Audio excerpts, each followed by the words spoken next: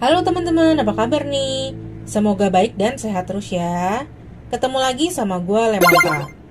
Hari ini kita mau gosipin tentang kisah hidup seorang penyanyi terkenal Hong Kong tahun 80-an sampai 90-an yang dijuluki Madonna dari Asia.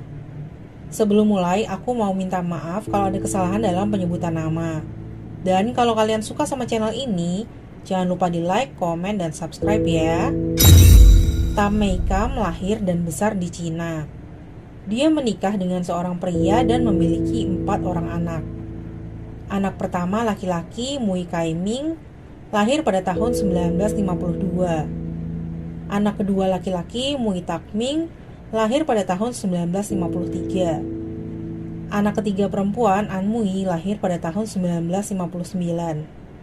Dan anak terakhir perempuan Anita Mui lahir pada tahun 1963. Anita Mui lahir pada saat keluarga mereka sudah pindah menetap di Hong Kong. Sayangnya, sang ayah meninggal dunia di usia muda, meninggalkan Tam Mei Kam seorang diri mengasuh keempat anaknya. Tam Mei Kam mencari nafkah dengan mengelola sebuah bar. Kondisi keuangan keluarga ini menjadi sangat sulit ketika bar yang dikelola Tam Mei Kam mengalami kebakaran. Untuk membantu perekonomian keluarga, Tam Mei Kam pun mempekerjakan An Mui dan Anita Mui yang saat itu masih berusia 4 tahun untuk tampil menyanyikan lagu-lagu pop di panggung jalanan. Penampilan keduanya yang masih sangat kecil, berbakat, menggemaskan, sekaligus mengundang rasa kasihan, disukai penonton. Keduanya pun rutin tampil di berbagai klub malam. Bisa dibilang Tam Mei Kam ini patriarki, jadi lebih sayang dengan kedua anak laki-lakinya. Kedua anak laki-lakinya tidak perlu bekerja dan bisa terus melanjutkan pendidikan.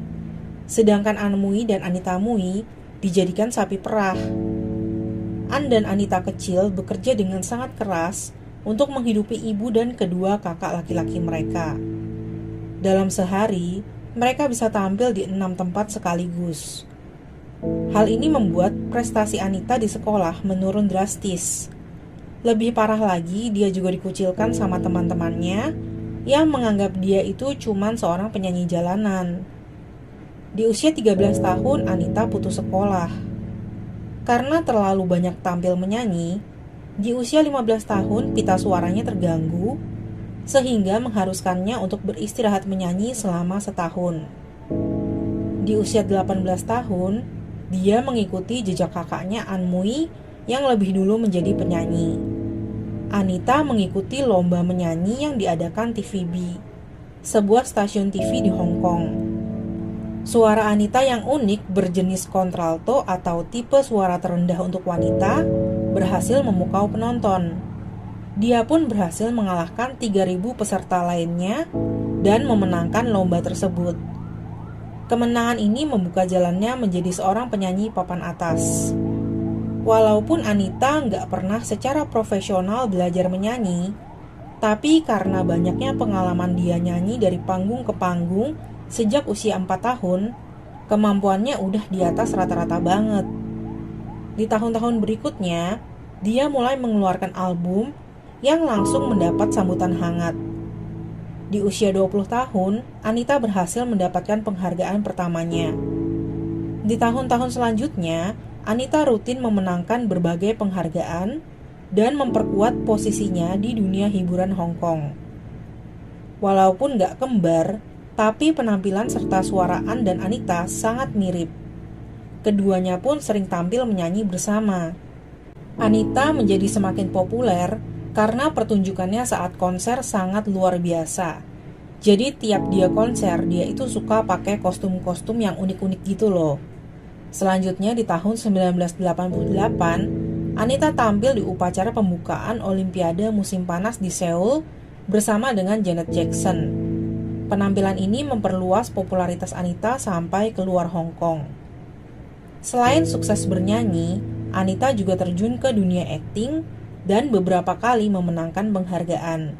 Sepanjang karir aktingnya, Anita sudah membintangi lebih dari 40 judul film dan bekerja sama dengan aktor-aktor papan atas tahun 80-an dan 90-an seperti Tony Leung, Jackie Chan, Stephen Chow, dan Chow Yun Fat.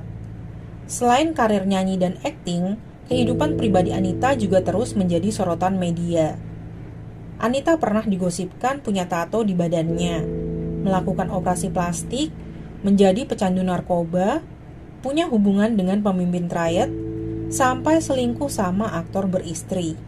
Untuk percintaan, Anita pernah digosipkan dekat dengan beberapa pria seperti Andy Lau dan Leslie Cheung, tapi tidak ada yang berakhir serius. Rumor mengatakan bahwa sebenarnya Anita naksir berat sama Andy Lau. Menurutnya Andy Lau itu punya karakter yang baik, dan jarang cowok itu punya karakter seperti itu. Sedangkan dengan Leslie Cheung, dia menjalin hubungan persahabatan yang sangat dekat. Di tahun 1990, Anita menjalin hubungan dengan Benjamin Lam. Kalian kalau suka nonton film-film Hong Kong tahun 90-an, pasti sering lihat deh. Di tahun 1991, kakak Anita, An Mui, menikah. Dari pernikahan ini, dia dikaruniai 2 orang putra. Di tahun 1995, Anita menjalin hubungan dengan seorang artis baru bernama Vincent Chow. Kondisi Anita yang saat itu sudah menjadi artis papan atas tentu memberatkan Vincent sebagai artis pendatang baru. Anita mengatakan kalau hubungan mereka itu seperti pangeran dan Cinderella, tapi posisinya kebalik. Dalam waktu setahun hubungan mereka pun berakhir. Di balik karirnya yang cemerlang, teman-teman di sekitar Anita mengenalnya sebagai sosok yang sangat baik. Anita sangat baik dengan keluarga dan orang di sekitarnya. Dikatakan Anita tidak pernah bisa menolak jika teman-temannya datang untuk meminjam uang. Bahkan teman yang gak dekat dan jelas-jelas cuma datang untuk pinjam uang, dia gak pernah nolak. Karena hal ini, stylistnya Eddie Lau sering memarahinya. Sebagai stylist, Eddie bertanggung jawab mengurus penampilan Anita di atas panggung. Dikatakan hubungan keduanya sangat dekat. Anita sering datang mengunjungi rumah Eddie hanya untuk makan bersama. Dalam sebuah wawancara dengan media, Anita pernah bilang kalau yang nipu uang dia itu cuma teman, dia gak bakalan sedih. Yang dia sedih itu kalau orang yang nipu uang dia adalah keluarganya sendiri. Karena ternyata selain teman-temannya yang datang untuk berhutang, ibu dan kedua kakak laki-lakinya juga sering mendatangi Anita hanya untuk minta uang. Karena Anita ini adalah anak yang berbakti dan baik, dia pun gak pernah menolak permintaan ibu dan kedua kakaknya.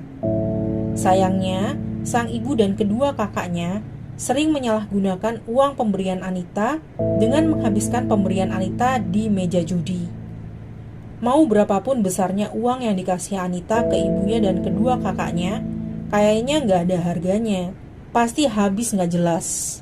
Di tahun 1996, saat gaji rata-rata karyawan di Hong Kong per bulannya sebesar 3.000 yuan atau sekitar 6 juta rupiah dan harga rumah berukuran 90 meter persegi adalah sekitar 300.000 Hong Kong dolar atau sekitar 500 juta rupiah, sang ibu meminta uang ke Anita sebesar 2 juta yuan atau kalau dirupiahkan itu sekarang sekitar 4 miliar rupiah.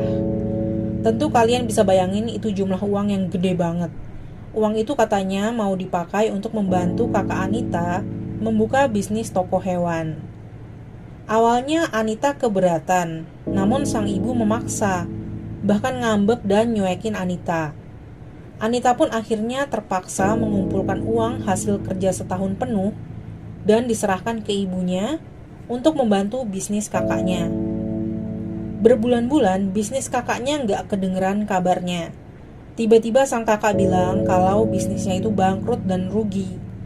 Lebih parah lagi, ternyata bisnis itu cuman butuh modal sekitar 200.000 yuan atau sekitar 400 jutaan rupiah. Jadi sisanya uang sebanyak itu cuman dihambur-hamburin sama sang kakak. Kalau Anita marah, ibunya cuman bilang, "Ah, kamu kan bisa dengan mudah hasilin uang segitu lagi." Ya bener sih, kondisinya saat itu memang Anita lagi di puncak karirnya ya. Tapi kan rasanya ngenes ya, keluarga sendiri kok gini amat. Dan hal ini terjadi berulang-ulang. Anita selalu menolong ibu dan kakaknya membayar hutang-hutang judi mereka.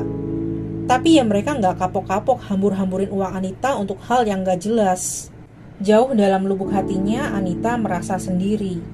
Satu-satunya keluarga yang dia hormati dan sayangi cuman kakak perempuannya Anmui. Sejak kecil ibunya hanya mencurahkan kasih sayang ke kedua kakak laki-lakinya. Kedua kakak laki-lakinya tumbuh jadi sosok yang manja dan malas. Kerjaan gak jelas dan terus bergantung ke ibunya. Sedangkan ibunya terus bergantung ke Anita. Di tahun 2000, Anita harus menerima kabar buruk. Kakaknya Anmui meninggal dunia karena kanker serviks. Sebelum meninggal, An sempat menitipkan kedua anaknya, Pan Wenhao dan Pan Chinhao, ke Anita. Namun di kemudian hari, suami An membawa kedua anaknya pergi menetap di Kanada. Meninggalnya Anmui menjadi pukulan berat untuk Anita.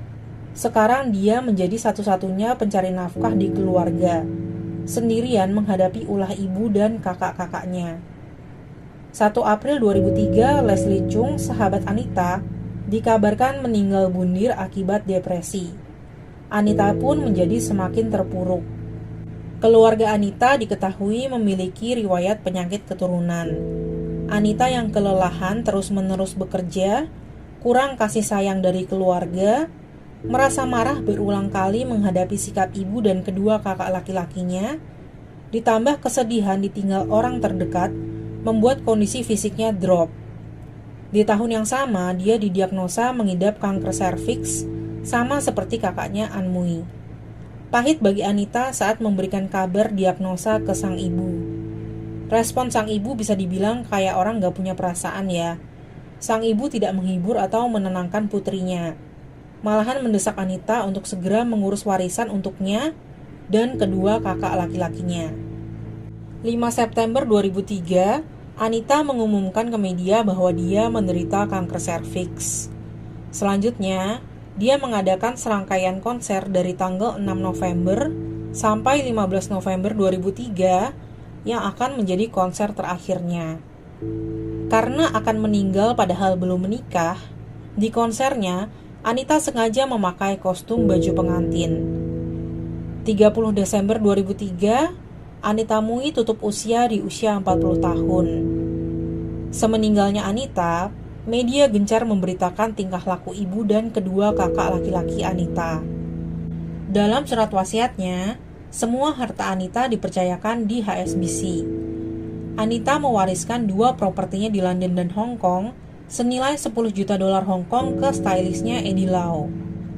Dana sebesar 1.700.000 dolar Hong Kong diwariskan untuk biaya pendidikan keempat keponakannya, serta uang bulanan sebesar 70.000 dolar Hong Kong atau 130 juta rupiah untuk biaya hidup ibunya per bulan.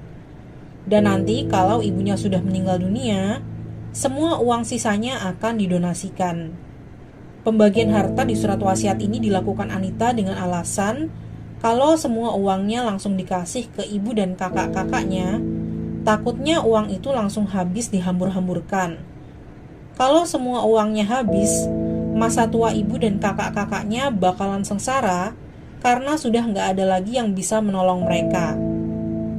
Ibu Anita, Tam Mei Kam, dan kakak laki-laki Anita, Mui Kai Ming, terus berupaya menentang surat wasiat Anita dengan alasan saat membuat surat tersebut Anita sedang dalam keadaan tidak sehat secara mental.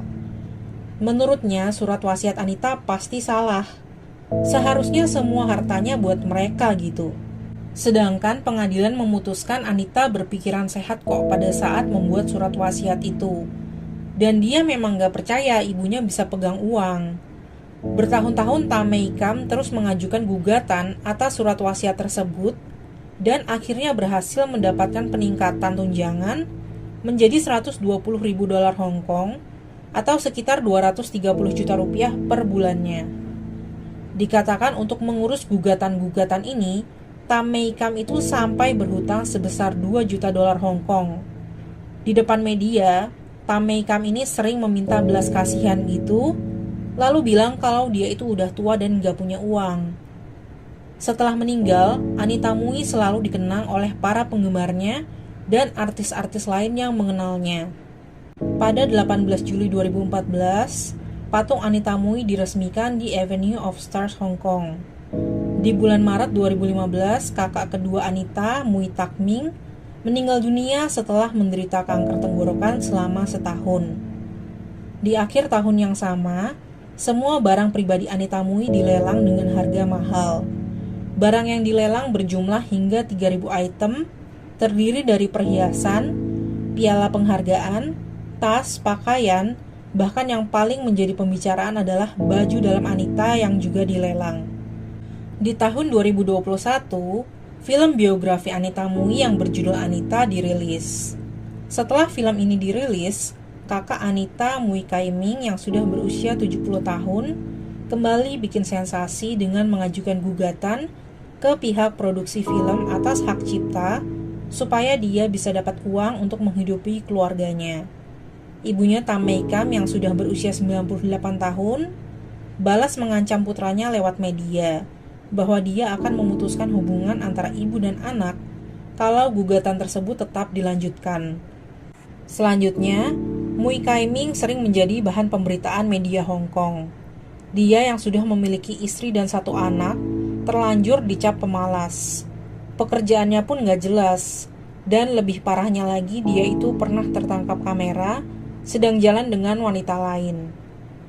Di akhir cerita, di balik semua kelakuan ibu dan kedua kakak laki-laki Anita yang nyebelin, ada keponakan-keponakan yang bersyukur punya tante seperti Anita. Kedua anak dari An Mui yaitu Pan Wen Hao dan Pan Chin Hao yang menetap di Kanada dan sekarang sudah dewasa, mengatakan dalam sebuah wawancara bahwa berkat dana yang disisihkan Anita untuk pendidikan mereka jadi bisa kuliah dan mendapatkan pekerjaan yang bagus.